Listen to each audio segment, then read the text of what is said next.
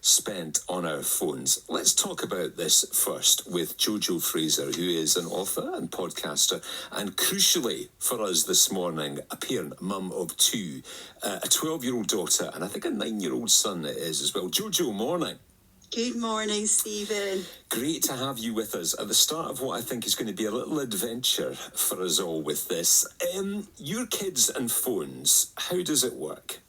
So one is iPad, doesn't have a phone, the 9-year-old, nearly 10-year-old. 12-year-old has a phone, absolutely loves it for chatting to her pals. I mean, back in the day I had a landline in my room, so I can't judge. I would be on that phone. But loves it for chatting to her pals and making videos and all that sort of stuff, WhatsApp groups, and we'll get sucked into seeing short videos and all of it. All the stuff. And you know you're on the cusp of it with your son, age 9 at the moment. I mean, it's only going to get worse with him, isn't it, as well? He loves gaming. I don't know how. I mean, they're very addictive. These hats know what they're doing, right? So who knows what he'll be drawn to? But he does love watching shorts on YouTube. So there you go. And when he starts talking like an American accent, I'm like, right, you've had enough screen. I don't care if it's raining and we've no plans today. Give me that screen. You're speaking an American accent. What? What are the rules in your house? How do you make this work, Jojo? Okay, well, since 2017, I've had a rule, no screens on the dinner table, and we've stuck by that. Like meal times or catch-up times, we're sitting around as a family, so we'll obviously keep that in place. But it's things like keeping the phones out of the bedrooms at night so that you don't get sucked in. Because my daughter, she loves reading, but if ever phone starts pinging, then she's going to get sucked into the chat. So I kind of need to get that screen out of the bedroom at night so she can do her reading or she can watch her shows or she can do her homework or chill out. And also just making sure that we've not got too much downtime. So they're going to classes, they're going out playing outside with friends. Because I think the days where we're in the house and we don't have plans, that's when you get tempted to go down and just get sucked into whatever the marketers are going to show you. But, whatever the algorithm has planned for you based on your demographics and stuff. So. And we're getting into that time. We all know it. The weather, nights are fair drawing in. The weather is going to be changing soon. And that's the sweet spot for this. Those wet days and wet evenings are when this usage kind of just gets out of control for some people. How much conflict is there at the moment about devices in your household? It depends on the day. So if I can say, right, whoever's on our screen the least today gets to choose where we go for dinner or gets to choose what we do at the weekend or gets to choose the game we play or the movie we watch.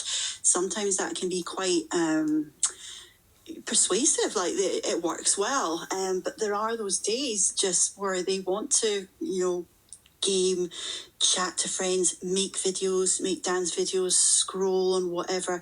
And it can be hard because I don't want to be that really pushy parent. I don't want to be the scary parent where they can't feel like they can tell me anything. I want to give them an element of privacy, especially with a 12-year-old. I want to give her a bit of privacy. But yeah, sometimes it's just like, Mum, just back off. Just let me be a kid. You had a landline. This is the equivalent. I'm like, well, it's not quite the same. Not quite the same as a landline, as a little brick with none of these apps and these videos and these comparisons and all these things that are thrown their way. So yeah, it's day by day it can change depending on the mood, depending on hormones, depending on lots of things, how busy we are, how stressed or how happy people feel. We want you to do something for us. We want to do an experiment and see what it's like to live without devices for 4 weeks. Could you do it? Well, I mean, certainly try our best. I'm thinking instantly, like, when my daughter's out, she needs a phone for me to call her, or, I'm thinking instantly of the practical things of using things like points apps on your phone, or phone calls, or speaking to friends, that's my initial is how we going to get around that. Is there kind of flexibility there, or is it put phone in the box for a month kind of thing? Shall we give it a go and see how it goes? Shall we try it week one? Week one, let's do it hardcore and then see how it goes after that. What do you think? This is easy for me to say because it's not me that's going to have the conversation with you two. Well, we'll certainly give it a bash. I don't think the 12-year-old, she's going to say, I need to take my phone to school. Now, I do think they are looking into banning phones in schools, secondary schools now, aren't they? There's a lot of chat about it. I'm not sure if they've come up with a verdict yet. But we just heard in the news at 11 o'clock there from a school up north in Granton who have removed smartphones, and they say it has been transformational for the atmosphere in the school. So I tell you what we'll do. We can make the rules up on this as we go along between us. We'll say phone calls are okay. From a safety point of view, the keeping in touch stuff is okay.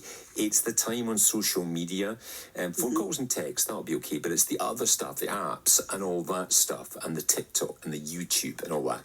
It's a no to that. Shall we do it? Let's give it a bash. I can tell how much you're looking forward to this from the tone of your voice. Am I doing this too then? Oh yeah, you're doing it too. Because I have to lead by example, right? Yeah, you're absolutely doing that. You can only be what you can see, so that's it for you as well. Okay. Out. Brilliant. Right, stay right there. We're going to get you some help on this, don't we? You're not for the next 4 weeks. We're going to check in with you every Thursday on the show and see how it's going. And the main thing is good luck, okay?